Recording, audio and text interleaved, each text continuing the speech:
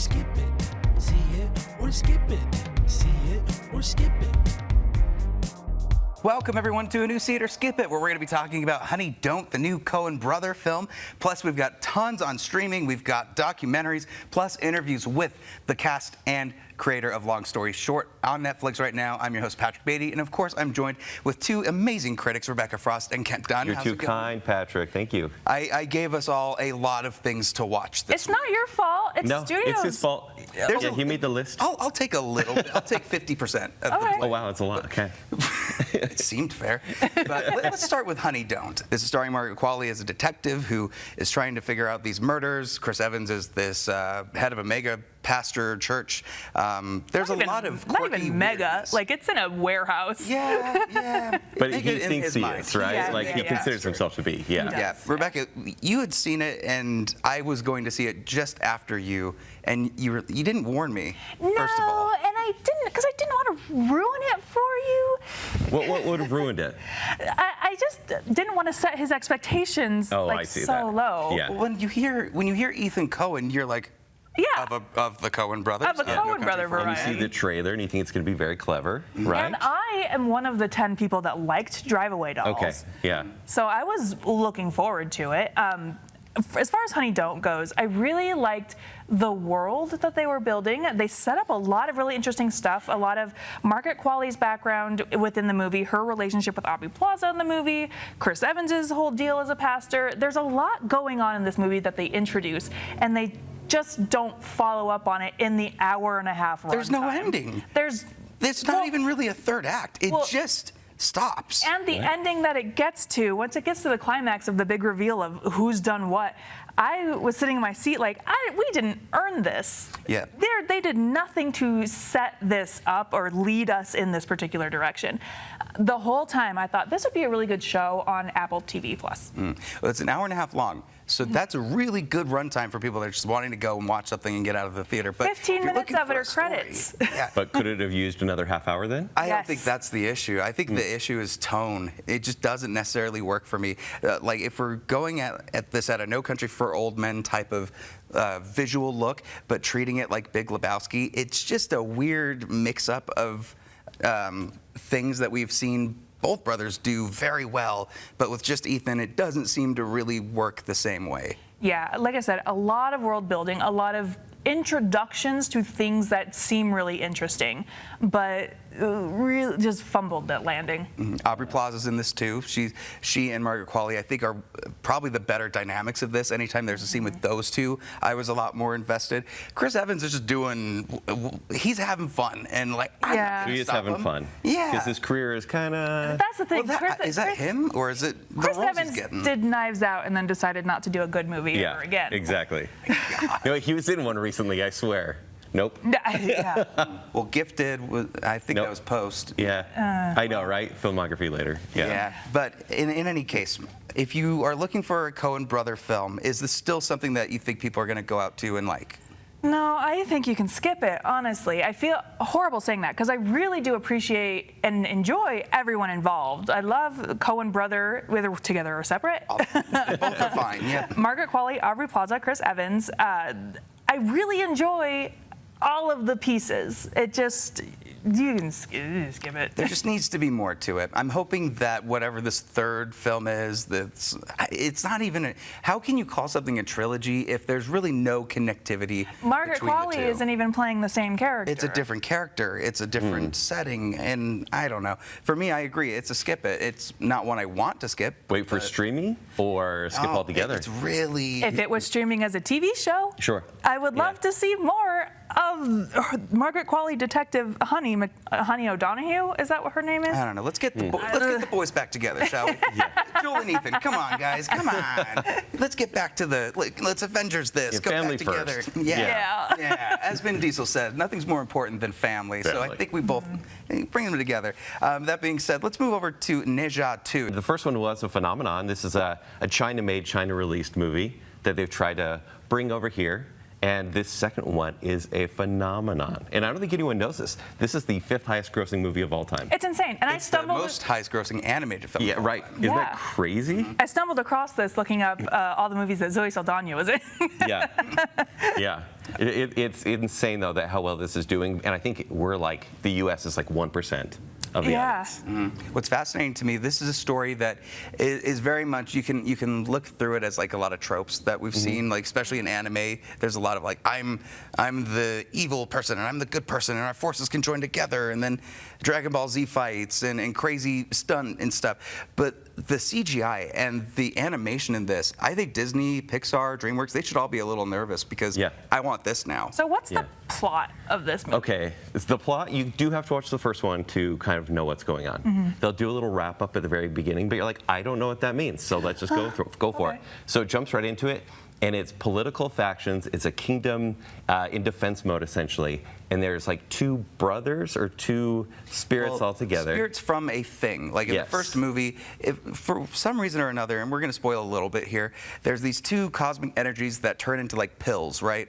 One of the pills is None of this is for, going to make I know, sense. one of the pills is all good and great, and it goes to this son of a big dragon, and I know This the is more the fever dream. I feel like Charlie Kelly describing a dream. And then there's a red pill that accidentally goes into a pregnant mom. The baby ends up being this demon baby that they have to be like, he's not a demon, in the he's first good. one, he is kind of a terror. He's a rascal, causes mayhem. In the second one, he is the protagonist. And it's up to him to go on this journey to get like a life-giving serum and to gain immortality. And so as you're going on this journey, you're like, oh, that's pretty simple. But then there's like this heavenly conflict in the mix. There's a villain that you wouldn't really expect. And there's so much thrown at you. It's not complicated, but it's complex. Well, if that makes sense. What's exciting to me to tell our people here is that I watched the sequel first, and I had no problem being like, all right, I'm in. And maybe I don't know the dynamics of these people, but I'm in and I understand what we're doing here. That's what I'm hoping they're baking on too.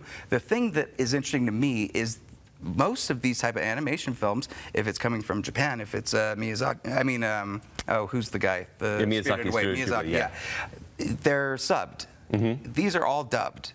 And I don't. The reason for this re-release is they have major voice actors doing the voiceover. Michelle Yeoh is in this, and might have been the easiest paycheck she's ever gotten. But when you hear the difference in the mom from the first film and then to this, but who's going to care? Because no one has seen either of them in the Americas, it seems. Right. Yeah, it's weird though. We are used to some comedy in our animated films, and comedy that's actually clever that parents can really enjoy as the kids are enjoying the colorful pictures. Right. This one, the comedy isn't there. It wasn't there for me at all. There's a lot of poop jokes, pee jokes, vomit jokes. Cultural differences, kids. obviously. But at the same time, by the time you get, because it takes a while. It took a while for me to really get into the story. Halfway through, I'm like, let it happen. This is actually great. I went into How to Train Your Dragon 2 without seeing the first one in the theater. Wow. And it had a very similar feeling to me with this, where it's like, maybe I don't know exactly where these characters started, but what's happening in this sequel, I know, is huge in scale. They've definitely ramped up whatever they were setting up in the first film, and that's true. Like the first film, you could call it McDonald's at this point. The sequel is like a Michelin star meal. Like they give you everything, and it's a definite see it for me. I really hope people go and check this one out. It is probably a see it. Is it worth seeing in the theater? Yes. It's 2.5 hours though. That's okay. Oh, is it? That's okay. It will test a lot of people's patience, especially at first. But once you're into it, you're totally into it. It's a seat as well. Sometimes these kids got to learn. Sometimes you gotta say, you're gonna watch a 2.5-hour animated film because you're going to love animation afterwards. Yeah, true story. That's why I don't have kids, I guess. So let's move on to the next thing. What's on? Actually, there's still more in theaters. We've got Eden. This is a stacked cast. It's directed by Ron Howard, Sydney Sweeney, Ana de Armas, Daniel Bruhl. Jude Law. Everyone in this cast. And this is a story about basically survival. Like, can the people that are like, I'm moving to Canada whenever whatever side wins. Well, what if you just moved to an island and figure that out? This is based on a true story, which was kind of difficult to track down, but because I was of the mind of like, oh, this is one of those true stories that they just kind of made up. But no, it is actually based on a book and a true story. And it takes place after World War I. Fascism is on the rise. And so Jude Law and his wife, Vanessa Kirby, they are doctors and they escape to an island in the Galapagos. And he is working on his philosophical manifesto. Absolutely, he's going to change What is the world. the purpose of human? The Yeah. most irritating man alive, honestly. It devolves to like a survival story, and then it goes into like we just hate our neighbors and we're gonna do whatever we can. Because Ana de Armas comes in, she's a very wealthy woman, has a harem of boys that are following after Yeah. her, and basically just takes over the island. Well, so Jude Law moves there. Jude Law's German character moves there to, work on his manifesto, and he's sending letters back to the mainland, and the letters are getting published in German newspapers. And so Daniel Bruhl and his wife Sydney Sweeney decide to move to the island as well. And Jude Law and Vanessa Kirby are like, oh, It's like we didn't want neighbors. we didn't want neighbors, but Yeah. they said, you guys are practically famous in Germany, so we decided to come try it ourselves. And then Ana de Armas's character, the Baroness, also comes, and it turns out she's acquired from the governor of the Galapagos most of the land to develop a hotel for tourists. Right. And it just devolves into madness. Bickering, a little bit of a soap opera as well, but then I couldn't wait to see what Ana de Armas was going to do. This is the most I've ever liked Ana de Armas. This is her best performance I've ever and seen. I'm a noted Wow. Ana de Armas hater. I was going to Yeah. talk to you, because that's pretty surprising. Yeah, I thought she was awesome. She in was this. awesome. Yeah. I mean, you hate her. She's totally unlikable. There's a dinner scene where she is talking down to everyone there. and she is pushing every single button. And there shouldn't be a lack of safety, but there is in this scene. And I was like, give me more of this. Yeah, I think probably one of the weaker points is Sydney Sweeney, because I don't know how many birth scenes she wants to do where they're just uncomfortable and awful, but now there's 2, there's 3 around The there. thing about Sydney You're right. Sweeney, I respect her hustle. I don't think she's a good actress. She doesn't necessarily fit in this role, but there's the story itself. It kind of goes through in a non-traditional way. Like when the movie was over, I was kind of thinking about like this is a weird way to tell a story, but I think it was done very effectively. I mean, Yeah. obviously this director's incredible. Yes, I expected nothing, and I got quite a bit at the end. Yeah. Like, I don't know how I liked it so much, because it really was just interpersonal dynamics. I do have a gripe. Everyone's playing real fast and loose with the accents. Yeah. Yeah. Like nary a dialect coach to be found. They're on an island, it's fine. Daniel Bruhl, but of course he's Well, German. That's so- why Ana de Armas is actually good in this movie, because she's purposely making up her character. And that's the joke, right? Yeah. She's a horrible liar. Yeah. And so, I think it's still a see it. I of all of the 3, Neja might be my top, but Eden is a very good film. I think people would enjoy it in a theater.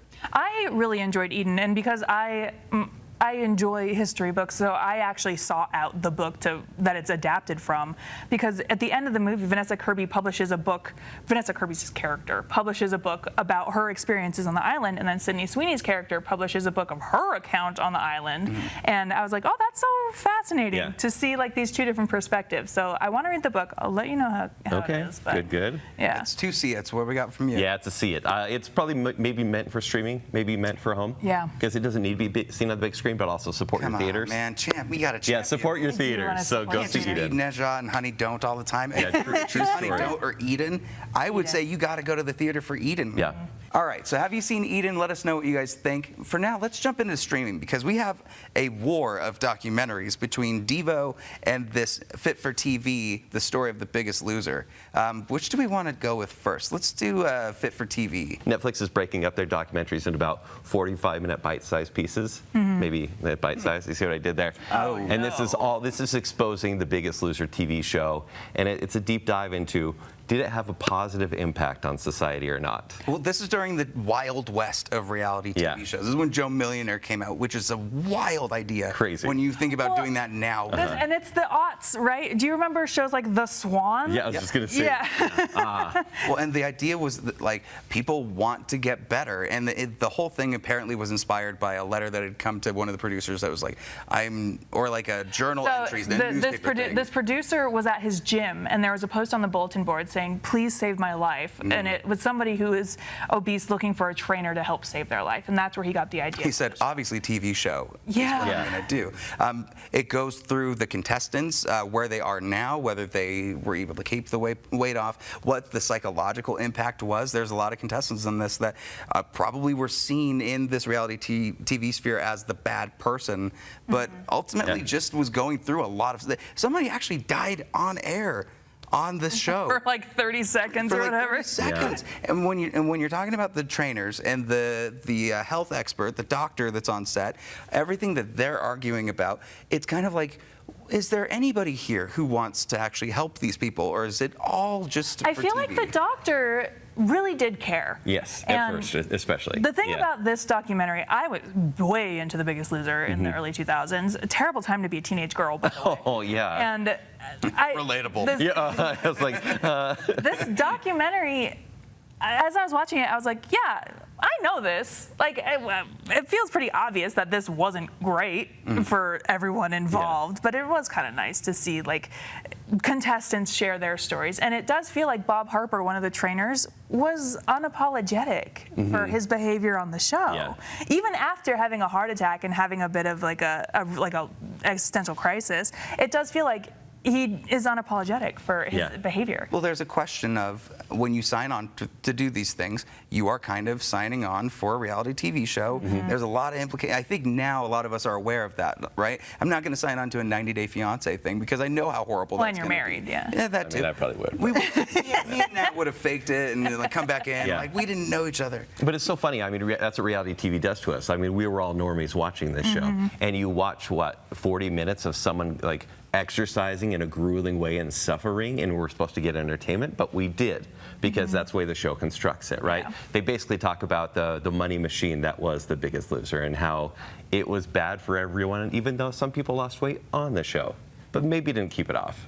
Well, because it was kind of a fallacy. Yes. Like, these were crash diets. Like nothing like this lasts. Yeah. It's supposed to be a whole mindset change, and there was no follow-ups, and no one was really caring about the contestants once they left. I love documentaries like these that are delving into things, and especially when you find out that there's lawsuits coming because of the documentary. And one of the trainers. Very telling that Jillian Michaels wanted nothing to do with the documentary. She's, I think, turned evil. But maybe she's been evil the whole time. I'm not afraid of her. She can come after me all she wants. I'm not afraid of her. Lawsuits indeed. Yeah. But yeah, it's interesting, because like I said, Bob was interviewed on this documentary, and yeah, he just kind of sat there. He's like, I was as shocked as everyone else. It's like, Were you? yeah. Yeah. Well, for me, it's a see it for you too. It could have been shorter. It could have been two parts, maybe.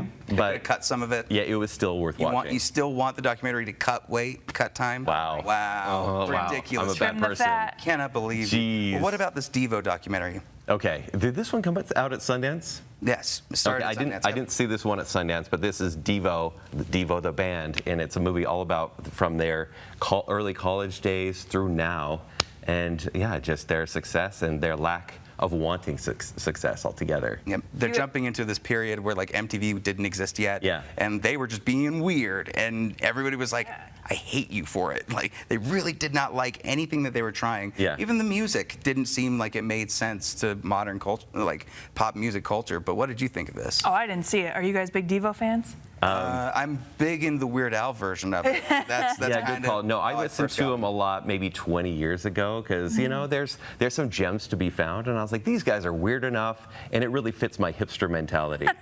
Dare to be stupid. Yeah, well, Dare to Be that is- Stupid. That is my mantra. Yeah, I actually saw that a haven't couple told weeks ago at the Weird Al concert. Just I saying. know. But yeah, it's entertaining, but it's strictly for Devo fans. This is like a Sure. special features if you love the band. It's like, oh, this is gold. Like, give me more. Sure, It's sure. not going to win any new fans though.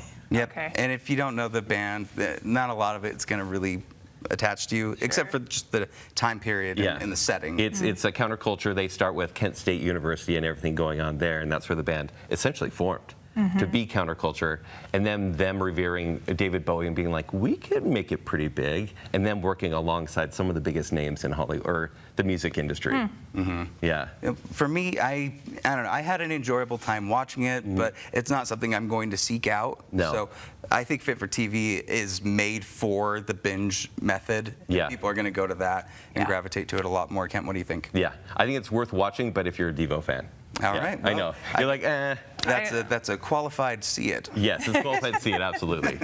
Oh man, well there's one animated show that came out this week that I had such a good time with. It's called Long Story Short. It's from the creator of BoJack Horseman. Did you ever watch that? Yes. Okay. No. So You didn't watch I do BoJack like Horseman? BoJack. it is a wonderful show. I would be so curious to know your thoughts. Okay, should I watch it now? And Yeah. Get out. Go on. Yeah, see ya. Do you like being sad? Yeah, actually, I do. But Is it a do you sad like show? comedy Dude, in yeah. sad? Okay, good. It's the perfect blend of comedy and depression, and I think this creator has done something really special with this show too. Long story short, essentially covers the lifespan of a family in a short animated series. We've never seen stuff like that. You know, we don't see Bart aged up. Yeah, you don't Like, see you they've don't been- see characters age. You see the world age around them, but not the King characters. of the Hill is a newest example, but Yeah. it really is uncommon. And for them to shape their story around that is really cool. It's a slice of life. It's looking at this family, their dynamics, and how they all interact with each other. And you feel like you've seen these family moments in your own little circle, where it's like if you had a sibling and you were fighting in the back of the car, who gets the best toy, or who gets the DVD player, or like when you're older and you have kids, and like how do I deal with the fact that I love this thing and I'm terrified of everything at the same time. It's fascinating, and it has a great cast. And I got to speak with Abby Jacobson. Oh, fun. I know, and the cast and creator of this. Take a look. The first question I have, though, is just about the animation style, because I found it to be so beautiful and kind of reminiscent of my childhood growing up and kind of watching like Cartoon Network style of animations that might be a little bit, I don't even know what the term is called for that style, but can you tell us why this was the right choice for this story? One thing we were really conscious of on this show was we wanted, first of all, like, yeah, I would say maybe like a smoothness of animation or like a looseness to it. I remember there were times on BoJack where we'd get this really beautiful storyboard that really animatic that really moved me, and the animation would come back and had to like go through the machine a little bit and it would be more on model. And so in this show we want to be really careful of like, let's keep that looseness and make the character models loose enough so they can do all kinds of different expressions. It can be a little more expressionistic. And then along with that, like, let's never use a straight edge. Like, let's let the drawings themselves feel loose. Let's color outside the lines. Let's make it feel almost more drawn by hand. I mean, obviously they're all drawn by hand on computers, but let's make it feel touched by humans a little more. I think we wanted that warmth. Is there a lot of green and purple? I feel like I've noticed a lot of green. I love it. I just feels like there's a lot of green. Well, and it's purple. interesting. We have, Alison Dubois works on the show too. She's another artist, and she kind of designs most of the backgrounds or kind of oversees that department. And she does like a color map of every episode. Oh, really? Like, which we never done any of the shows before. And that like she'll kind of go through the scenes in the episode and do like a color journey of like, yeah, we're going to start off more blue, and then we're going to transition to the reds, and like, so if you actually watch the episode, you will see. I think mostly subconsciously, but if you're like primed to look for that, you'll see the colors kind of drift over the course of an episode and like tell a story that complements the story we're telling. I love that. I didn't know that. Yeah. Yeah, that's like one tiny detail to like this crazy overarching painting that you have spanning decades. And that's something that I don't really see in animation, is a decade spanning story. Abby and Ben, which era was your favorite to play? I like the older stuff. I just connect to it more. I connect to having a kid and being delighted and saddened by equal parts by having kids, and how that forces you to look forward and backwards in your life. And I like the sort of nuanced complexities and in a way kind of melancholic vibe to that era. I really enjoy like the teen stuff, like the younger Shira. I think because all the emotions are a little bit bigger and it feels pretty messy, even though it does as an adult as well. But I don't know. It's just like that. Taps into something. Yeah. I'd say my favorite era is like the folklore era, like with Yeah, Taylor is like in the folklore was woods, really- like yeah, just she humming was her in the guitar. pocket there. Yeah, I feel like I got her for the first time. Yeah. It's a good era. That second episode with Ben and Abby, when you guys are going back and forth out of the theater, you're talking more about stuff. My family was all doing theater and pageantry and stuff, so hearing the songs were hilarious, but also just the deep conversations and the balance between the two. Is there a formula to that? When do you realize, okay, too many jokes, now we got to get serious, now we have to flip back over? It's not as mathematical as that, or I'd say maybe the math is invisible or kind of comes from instinct, but we are trying to maintain a balance every episode. We want every episode to make you feel something. We want every episode to be funny and hilarious. And I remember that episode specifically, we were, I was, before I even sold the show, before I had the writer staff, I was kind of developing what the different episodes could be. And I was working with my assistant, Grace Dowling. And I said, I want to do an episode that kind of starts where Shira makes this request of Avi, and then it kind of spirals out into this whole kind of argument about their whole relationship and goes everywhere. And I think it'd be really interesting. I don't know how funny it's going to be. And she had the pitch of like, what if you said it at an elementary school dance recital? So I want to give Grace full credit for that. Because it's like, yes, that juxtaposition just elevates everything. Well, like behind one of the fight outside is like the guy selling the the stuff. vendor. Yeah. It's like that's like a runner, Right. and then the seat saving. Yeah. Yeah. And I think part of that is just my own comedy room boot camp instinct of like, I can't go a couple pages without getting some jokes in Yeah. there. Is that the one with the two girls? And Yes, with like- Kendra, yeah, trying to figure out what to text. Yeah. Once again, that is available on Netflix. Make sure that you check it out this weekend. It is absolutely a see it. With that being said, I think we have wrapped up this episode, but we've also wrapped up the summer movie season. And we have had a lot of pretty fun movies, but there can only be one winner. Ooh. And I think this all comes down to taste. I'm not talking box office. We don't want Lilo and Stitch to win in this situation. No. But there were winners in all of our minds. So I'll start with mine. Superman won. I have to agree with Patrick. I mean, shocker. Well, here's the thing. I want to keep talking about Superman. Weapons, I would think, is a close second because I want to keep talking about weapons. Naked Gun also, but that's very specific to me. But Superman, I want to keep talking about it. I literally forgot Fantastic Four came out 2 weeks later. Yeah. Yeah. Yeah. And that's how it goes. And I do think we've been spoiled this summer. I think horror films have been amazing. Like Together, Bring Her Back, and Weapons have all been really great. But those are personal preferences. Yeah. That's what we want, though. We want your For me, it's F1.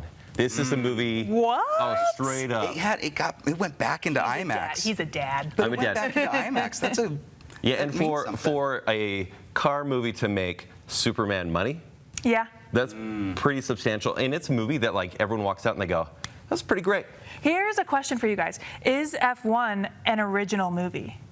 Or is it Top Gun Maverick with cars? Or is it any car movie? So I say, because a friend asked me this question, if F1 was considered an original movie, and I said, it is an original movie the same way Barbie is an original movie. Okay, fair. It's still about a brand. Yeah, it's a trope altogether. Yeah. But maybe more. It's like War of the Worlds, where you think it's going to be. Oh, why do we have to bring that up? It ends up being Amazon. Yeah. Well, but no, they pulled it off, even though it should have been cheesy, even though it looks like marketing for a brand. It's still a pretty It is one of those substantial movies. movie. I was in my seat like, yeah.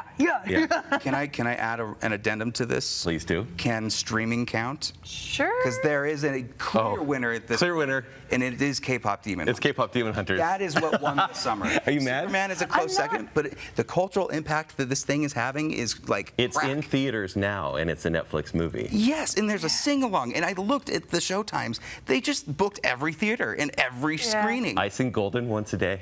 Yep, and I'm not ashamed of it, and my feed gets bogged down with it, but I will say Superman is still my number one because, like K-pop, there was a cultural impact on it where everyone started saying kindness is the new punk rock. And if that's a cool message that you can spread for your movie, regardless if it was made for getting the big bucks and to start a universe, you did something else that, I don't know, we could use more of. Superman altered me on a molecular level.